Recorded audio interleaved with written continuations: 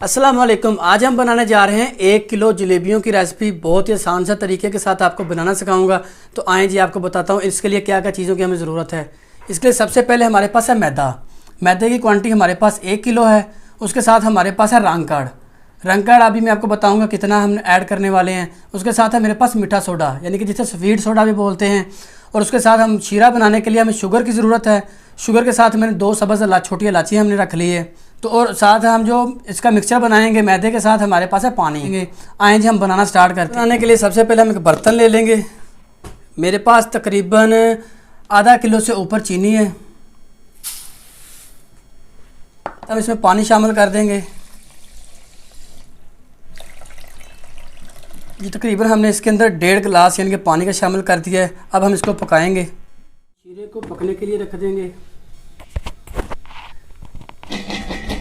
अब हम बनाने लगे हैं इसका मिक्सचर। इसके लिए जो 1 किलो मैदा था मेरे पास वो शामिल करेंगे। रंगकड़ तकरीबन हमने 1 चुटकी इसके अंदर, 1 पिंच इसके अंदर शामिल करनी है।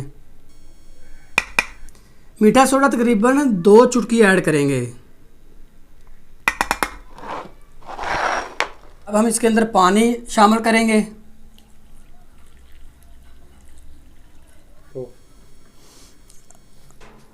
अब हम इसको गूंद लेंगे।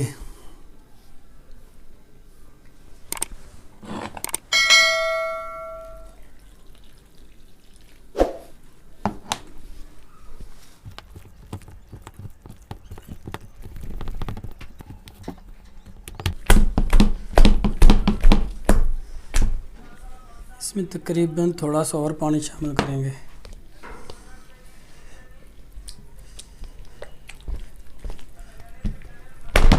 इसकी जो गुंदाई है वो इसी तरह होनी है। हमारा जलेबियों का मिक्सचर जो है वो बिल्कुल रेडी हो चुका है। आप देख सकते हैं कितना स्मूथ और कितना शाइन वाला है। तो अब हम इसको थोड़ी देर के लिए ढक के रख देंगे। इसकी हम जलेबियाँ बनाते हैं। तब तक हम शीरा अपना तैयार कर लेते हैं। शीरा जो कि हमने पकने के लिए रखा हुआ था ऊपर। हमारा शीरा जो है बिल्कुल रेडी हो चुका है। जलेबियों को हम इस पैन के अंदर फ्राई कर लेंगे। ये मेरे पास पिज़्ज़ा पैन है। घी से जलेबियों की खुशबू बहुत अच्छी आती है, तो इसलिए हम घी के अंदर जलेबियों को फ्राई करने वाले हैं। अब हम इस पाइपिंग के अंदर जो जलेबियों का मिक्सचर है उसको हम फिल कर लेते हैं।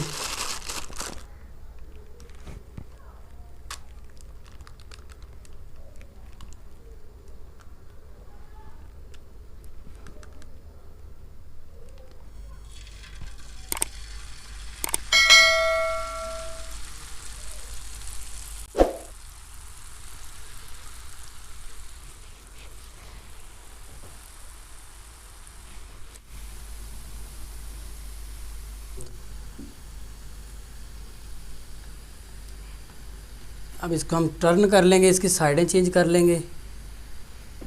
जलेबी की आप कोई भी शेप बना सकते हैं अपनी मर्ज़ी के मुताबिक।